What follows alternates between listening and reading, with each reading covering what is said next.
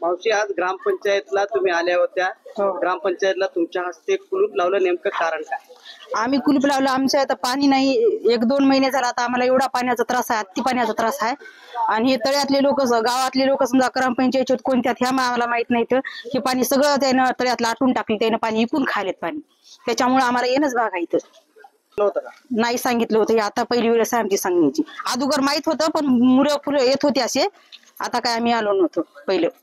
तर आम्ही गेल्या 2 महिन्यापासून ग्रामपंचायतला सारखं वेळोवेळी भेटत आहोत आणि आमच्या जे पाण्याची जी टंचाई आहे त्याच्याविषयी सांगत आहोत, परंतु ग्रामपंचायतचा कोणताही निर्णय घेतला नाही यावर. आणि आज आमच्या सगळं तळ्यातलं पाणी संपलं आणि पाण्याची टंचाई भरपूर प्रमाणात आहे. आणि आता जे मुद्दा मांडा गेलं तर आमचे जे मॅडम आहेत सरपंच, ते ग्रामपंचायतला पण यायला तयार नाहीत. पुढील काय मागणी असेल? सर, आमची एवढीच मागणी आहे की आम्हाला लवकरात लवकर या पाण्याचं काहीतरी नियोजन लावून द्यावं. आणि जे ग्रामपंचायतनं आमच्या म्हणजे पैशासाठी पाणी विकलं आहे त्याच्यावर काहीतरी विल्हेवाट लावा शासनाने.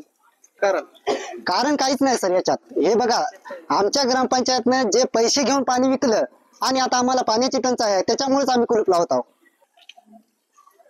जोपर्यंत आम्हाला पाणी मिळत नाही तोपर्यंत आम्ही ग्रामपंचायतचं कुलूप काढणार नाही. हे सगळे आमच्या महिला मंडळीने केलेलं आहे.